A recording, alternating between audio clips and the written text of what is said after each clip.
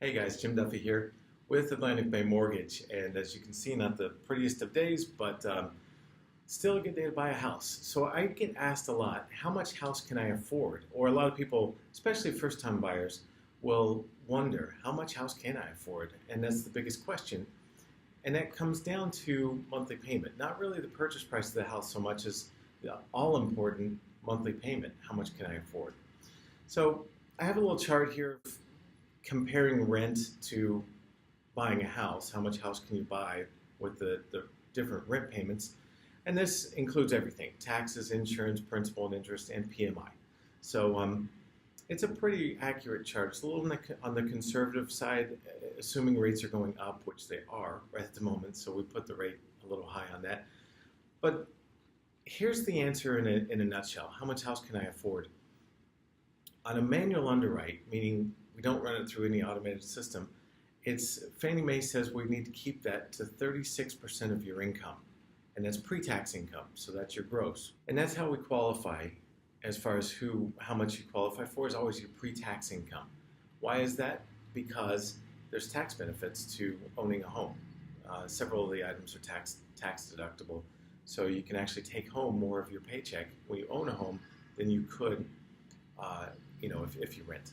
So generally speaking, now FHA, for example, says we should keep the ratios at 41%, meaning all of your debt, including the new house payment proposed, should not exceed 41% of your take-home pay. However, same as the case for VA, a lot of times if I get automated approval, meaning the system that we run it through for initial approval, I can stretch those ratios up to 50% of your take-home pay. And that begs the question, so how much home can you afford? There's two answers to that. How much can I qualify you for? And how much are you actually willing to and comfortable with? Because that's the all-important one. Remember, you have to make the payments. So I don't want anyone to be house poor, meaning you owe so much in the house you just are constrained, you can't do anything else.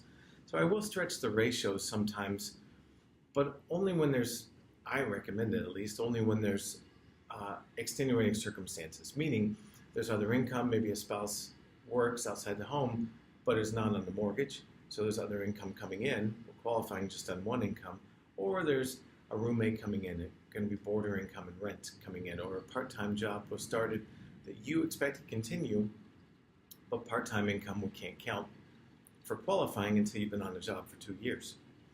So really what it comes down to is I call it the pillow test. It's if you can sleep well at night knowing, hey, I got this payment and I can handle it, then you bought right. If you're laying awake going, how am I going to do this? How are we going to do this? You bought too much, and don't ever be in that position. So two answers to how much I qualify for. One is how much home can I qualify you for? But the real answer to that question is, where's your comfort level?